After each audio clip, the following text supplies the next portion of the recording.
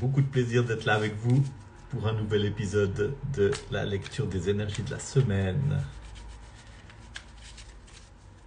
Et je suis en train de finir de brasser les cartes. Je viens d'enregistrer un épisode de podcast en anglais au sujet du livre Toxic Jesus que j'ai écrit, qui sera bientôt publié en français par les éditions Olivetan en janvier prochain ou février prochain. C'est pas encore tout à fait sûr, donc c'était quelque chose de tout à fait sympa de faire. Et je suis encore dans cette énergie-là. Donc voyons maintenant comment va se passer cette lecture des énergies de la semaine. Je coupe le jeu. Et voilà la première carte, un 2 de bâton. Bâton, feu, énergie créatrice, spiritualité active, quête vers le divin, projet créatif. Et puis 2, qui est un chiffre qui a toujours quelque chose d'ambivalent, parce qu'il y a dans le 2 une dimension d'accumulation, peut-être aussi de recherche d'équilibre, de recherche de partenaires.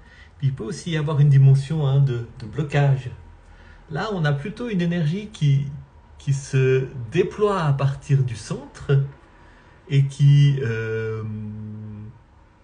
parle de promesses, qui parle d'une énergie qui est en train de se rassembler, en train de s'accumuler en vue d'un déploiement, en vue d'une expression, en vue on peut dire d'un jaillissement. Mais en même temps, c'est en train de s'accumuler. Donc, c'est pas le moment de pousser.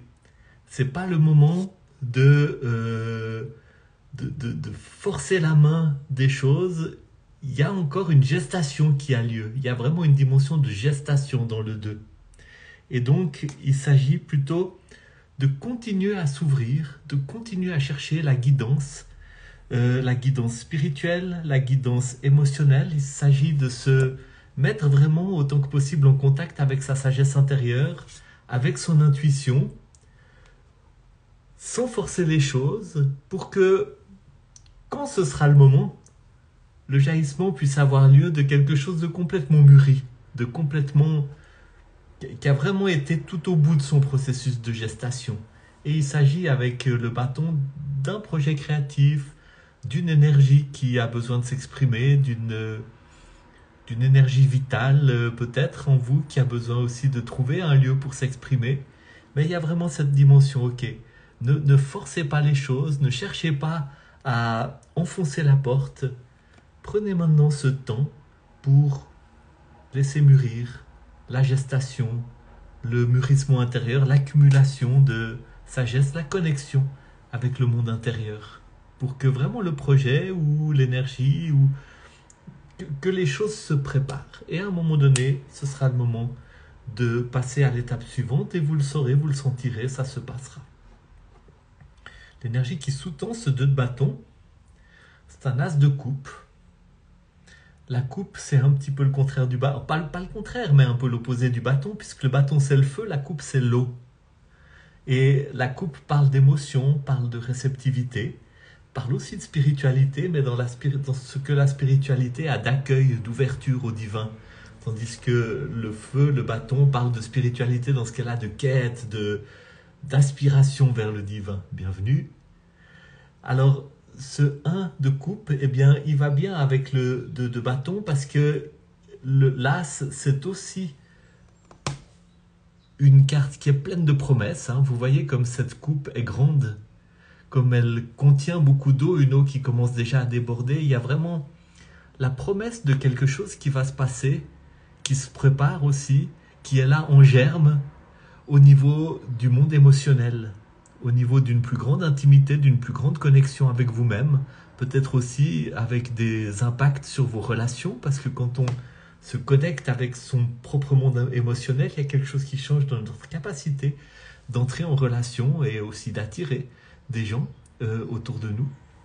Donc, il y a... je pense que ça fait partie de ce qui est en train de mûrir en vous aussi.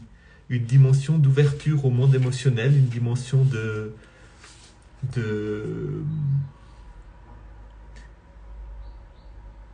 de quelque chose de très, très profond, très intense, très très important, qui est en train de se passer en vous en termes de contact avec vos émotions, qui est plein de promesses énormes. C'est une carte très forte, l'As de coupe. Il y a vraiment un chemin qui s'ouvre devant vous dans lequel vous allez vivre des expériences fortes dans le domaine émotionnel et qui sont nécessaires pour que l'énergie contenue dans ce feu intérieur qui brûle en vous, hein, cette créativité, cette aspiration à développer une nouvelle étape, un nouveau projet, une nouvelle expression créative ou une nouvelle expression de votre énergie vitale, pour que ça puisse avoir lieu pleinement, eh bien, vous avez besoin de cette profonde connexion avec votre monde émotionnel. Et ça nous mène vers le cavalier de bâton. Le cavalier de bâton qui est alors, il est dans l'avenir, il est dans la résultante de tout ça. Et lui, il est porteur de son bâton, il est porteur de cette énergie vitale, de ce projet créatif ou de cette vitalité spirituelle ou de ce projet dans le domaine de la spiritualité peut-être, de cette chose qui bouillonne en vous, qui implique tout un cheminement, toute une initiation, toute une transformation au niveau émotionnel, mais qui à un moment donné va jaillir, va trouver son chemin pour s'exprimer dans le monde, va trouver son chemin pour se concrétiser et va effectivement arriver. Hein. Ce cavalier de bâton, c'est tout ce travail de maturation qui maintenant, il y va, le cavalier, c'est un messager. C'est un messager qui est porteur de ce projet qui a mûri en vous, de cette énergie qui a mûri en vous et qui va l'apporter dans le monde.